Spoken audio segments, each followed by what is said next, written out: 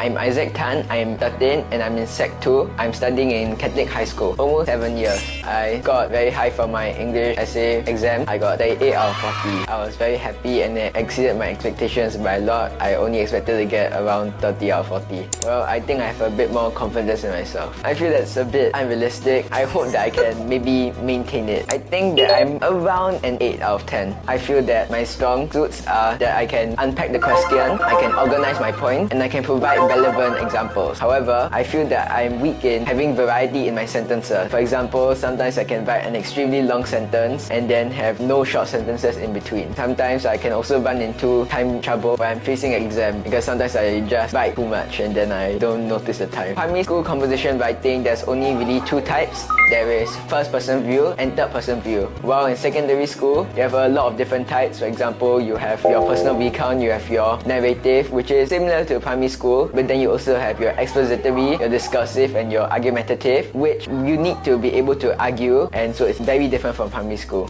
Well, obviously the essays are much longer, so they're much more tiring and sometimes you can just run out of steam. Then sometimes you just write out of points. Sometimes one of your points just aren't as strong as the other points. Then sometimes the question is just very hard to answer. For example, if it's in like an expository question and then it's very lopsided, which means that one viewpoint can be much stronger than the other viewpoint, it can become very hard to write. For the first two, there's not much I can do about it. Maybe for the second one, I can read all my points and see if it's actually answering the question or not. But for the third one, I think I can just choose a different question because often be more than one question available to you. I won't say I have a favorite genre. I would say that I definitely prefer argumentative over expository because when I believe in something, I can provide more points about it. While for expository, I just don't like to sit on the fence that much. But I'm not sure if I like argumentative more than personal recount or narrative because in personal recount or narrative, you get to express yourself and have more creativity in your story. Well, you obviously need to know the format of your essay and how to write it. Then you should probably read some model essays. For example, if your test is on argumentative, then you can study some of the points mentioned in those model essays. If your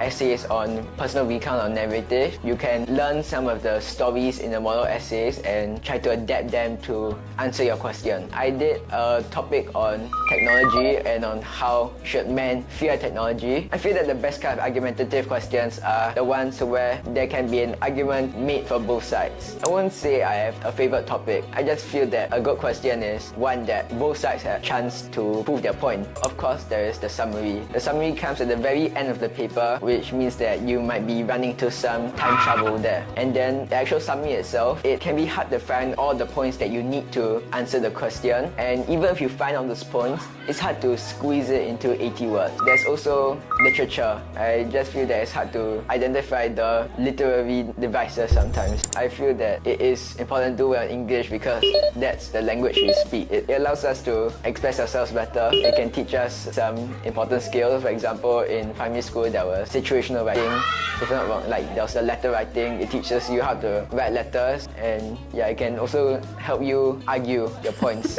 I wouldn't say it is easy because going from 4 subjects to 7 subjects, it's pretty hard and can be pretty stressful. Yeah, for example, there is more choices. When you're choosing a secondary school, you're not limited to just one track. You can choose an O-level track or an IP track. In Singapore, generally they accept your other strengths. For example, I personally like chess. I participate in tournaments, and if I do well in those tournaments, they can be added to my portfolio and that will actually benefit me. You just have to leave some time for leisure, have some time to pursue your hobbies or just hang out with your friends or just do whatever makes you happy. I still feel that I stay in Singapore because I don't know much about the other countries' educational system, and it's not like Singapore is a bad country or it's a bad educational system to begin with.